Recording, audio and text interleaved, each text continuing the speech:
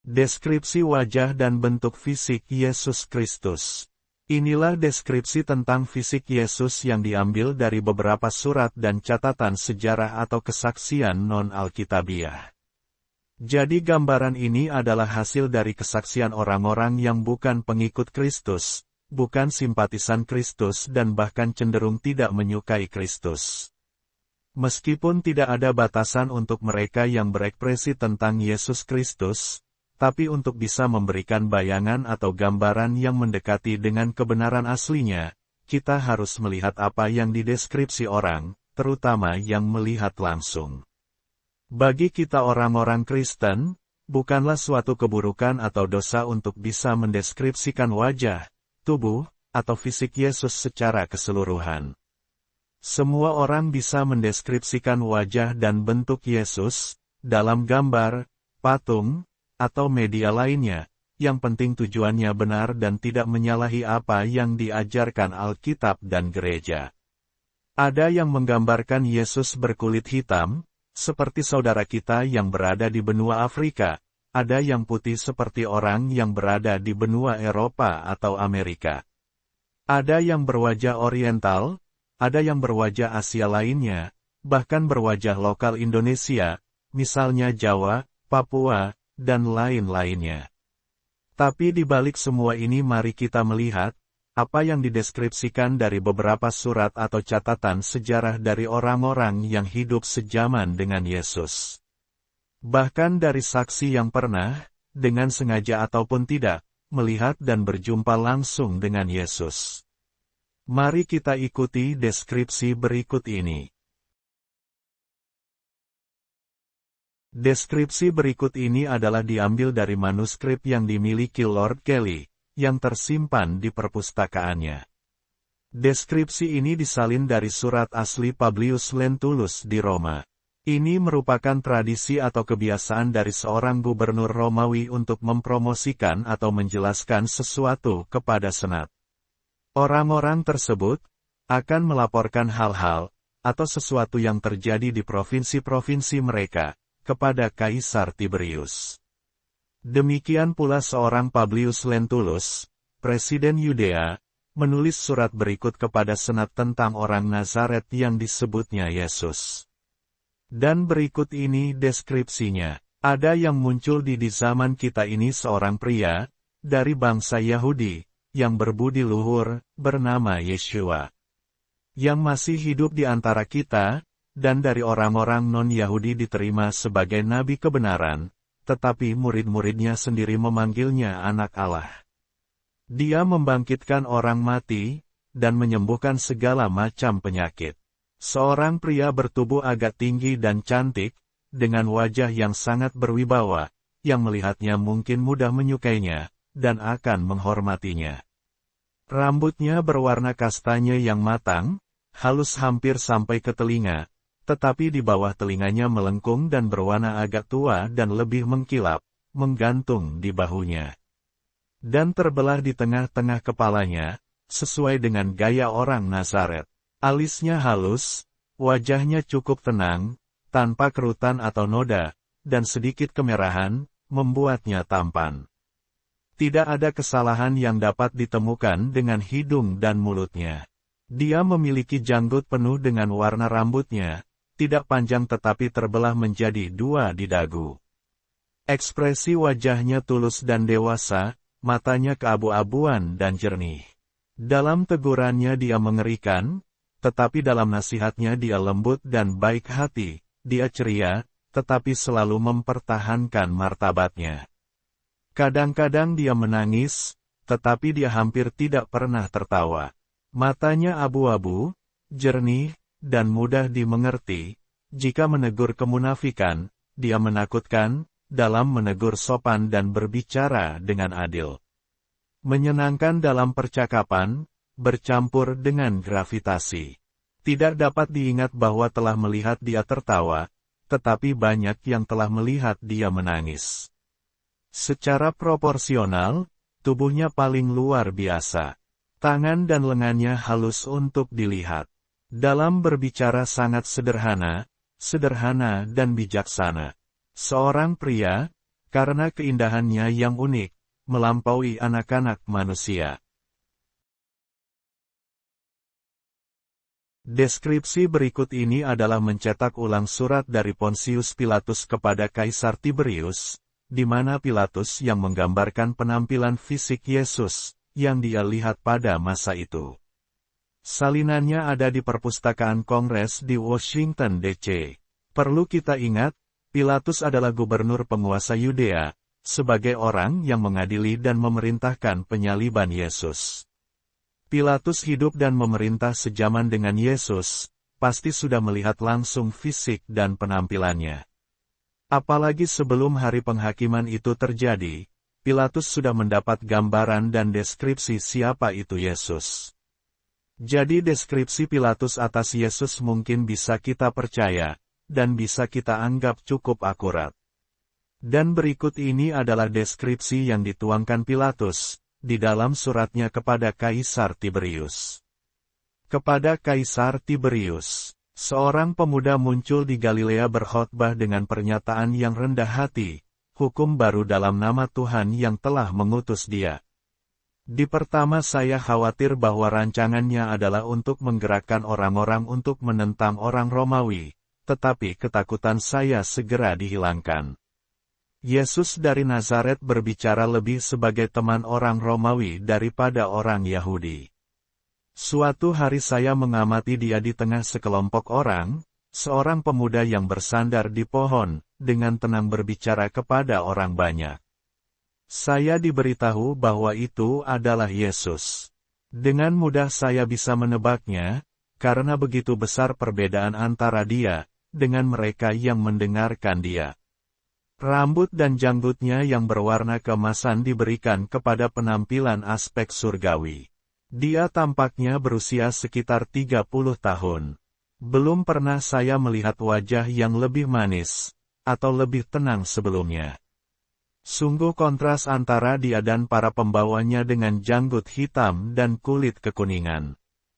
Tidak mau mengganggunya dengan kehadiran saya melanjutkan perjalanan saya, tetapi menandakan kepada sekretaris saya untuk bergabung dengan kelompok itu, dan mendengarkannya. Kemudian, sekretaris saya melaporkan bahwa dia tidak pernah melihat dalam karya-karya semua filsuf apapun, yang dibandingkan dengan ajaran Yesus. Dia mengatakan kepada saya bahwa Yesus tidak ada menghasut atau memberontak, jadi kami mengulurkan perlindungan kami kepadanya. Dia berada di kebebasan untuk bertindak, berbicara, berkumpul dan berbicara kepada rakyat. Ini kebebasan tak terbatas memprovokasi orang-orang Yahudi, bukan orang miskin tetapi orang kaya dan kuat. Kemudian, saya menulis kepada Yesus meminta wawancara dengannya di Praetorium. Dia datang. Ketika orang Nazaret membuat penampakannya, saya sedang berjalan-jalan pagi dan ketika saya menghadapinya. Kaki saya seperti diikat dengan tangan besi ke trotoar marmer, dan setiap anggota tubuhku gemetar, seolah aku sebagai pelaku yang bersalah, meskipun dia tenang. Untuk beberapa waktu saya berdiri mengagumi pria yang luar biasa ini. Tidak ada di dalam dia yang menolak, atau dalam karakternya, namun saya merasa terpesona di hadiratnya. Saya mengatakan kepadanya bahwa ada kesederhanaan magnetis tentang dia, dan kepribadiannya yang meninggikan dia jauh di atas para filsuf, dan guru pada zamannya. Sekarang, ini adalah fakta-faktanya tentang Yesus dari Nazaret, dan saya telah meluangkan waktu untuk menulisnya kepada Anda secara rinci mengenai hal-hal ini. Saya mengatakan, bahwa orang seperti itu yang bisa membuat orang berpindah keyakinan, mengubah air menjadi anggur, mengubah kematian menjadi kehidupan, penyakit menjadi kesehatan, menenangkan badai laut, tidak bersalah atas pelanggaran apapun. Dan seperti yang dikatakan orang lain, kita harus setuju, sesungguhnya ini adalah anak Allah. Hamba-Mu yang paling taat, Pontius Pilatus. Deskripsi lain tentang Yesus ditemukan dalam The Archive Volume, yang berisi dokumen resmi pengadilan dari zaman Yesus.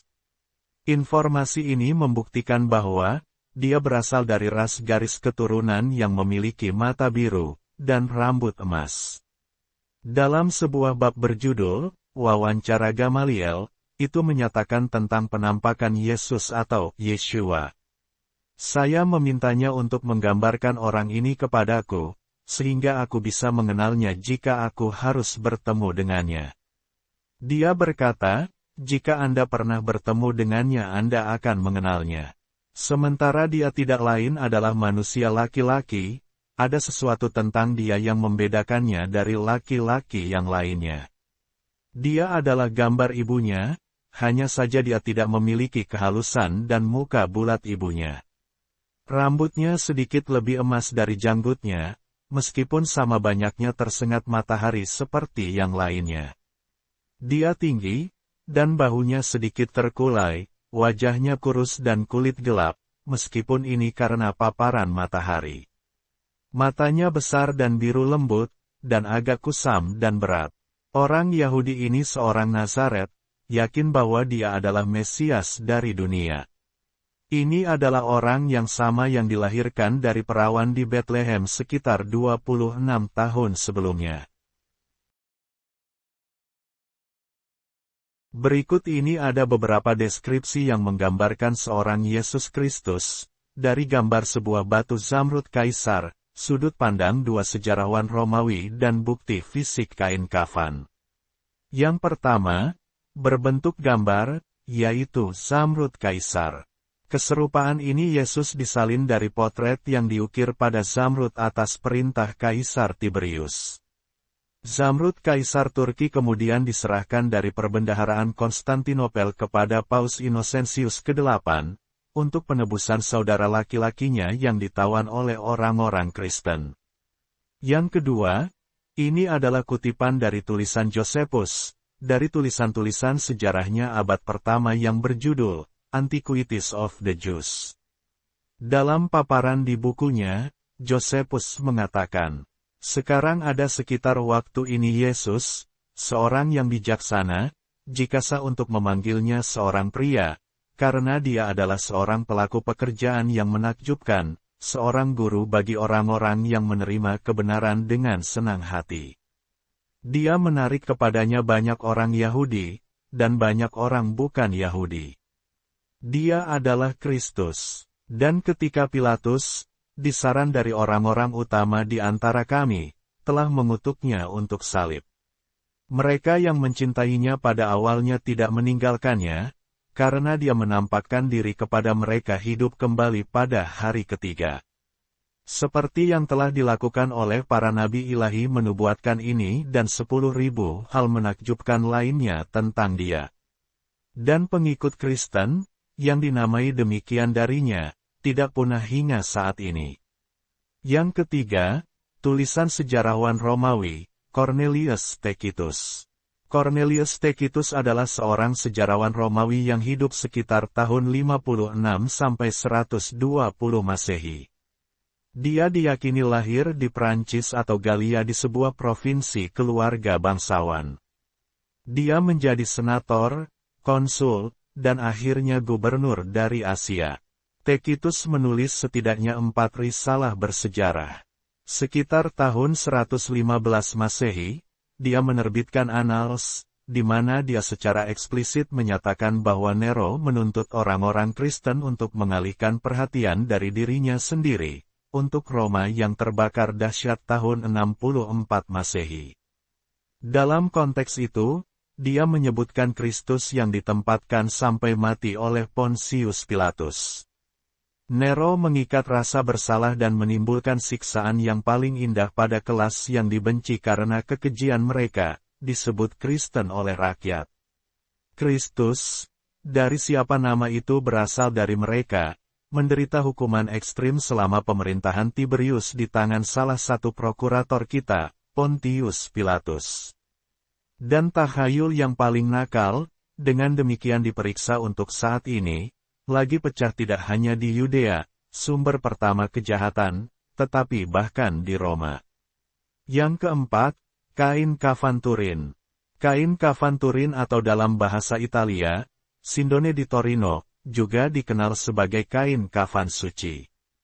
Itu adalah sepotong kain linen yang menampilkan gambar samar bagian depan dan belakang seorang pria. Kain ini telah dihormati selama berabad-abad, khususnya oleh anggota gereja Katolik, sebagai kain kafan pemakaman. Kain yang sebenarnya digunakan untuk membungkus jenazah Yesus dari Nazaret setelah penyalibannya, dan di mana gambar tubuh Yesus secara ajaib tercetak. Gambar manusia pada kain kafan tersebut dapat dilihat lebih jelas dalam negatif fotografi hitam putih daripada dalam warna sepia alaminya. Sepia sebuah efek yang ditemukan pada tahun 1898 oleh Secondopia, yang menghasilkan foto-foto pertama kain kafan tersebut. Gambar negatif ini dikaitkan dengan devosi Katolik yang populer kepada wajah kudus Yesus. Demikianlah deskripsi tentang Kristus, berdasarkan beberapa deskripsi di luar Alkitab. Semoga adanya begitu banyak gambaran wajah Yesus Tuhan kita, tidak mengurangi akan kepercayaan kita akan kehadirannya. Setidaknya semua gambar adalah sebuah usaha kita menggambarkan figur yang kita kagumi, kita hormati, kita junjung tinggi dan kita sembah. Dan adanya banyak deskripsi tersebut, merupakan bukti sejarah yang menyatakan bahwa Dia benar-benar ada dan hadir ke dunia ini. Kekurangan kemampuan atau data dalam mendeskripsikan bukan suatu kesalahan atau dosa. Bagi kita bisa saja memilih, atau menggambarkan, dalam rupa sesuai dengan kemampuan imajinasi kita, dengan tujuan memuliakannya. Silahkan memilih dengan kesaksian deskripsi tadi. Semoga kasih karunia Tuhan Yesus selalu turun atas kita, untuk mengutamakan bisa mendeskripsikan kehendak Yesus Tuhan atas kita umatnya, tidak hanya sekedar menggambar wajahnya. Amin. Terima kasih sudah menonton. Untuk kelangsungan channel ini, jangan lupa subscribe, like jika menyukainya, share jika bermanfaat, dan komen. Tuhan Yesus memberkati. Amin.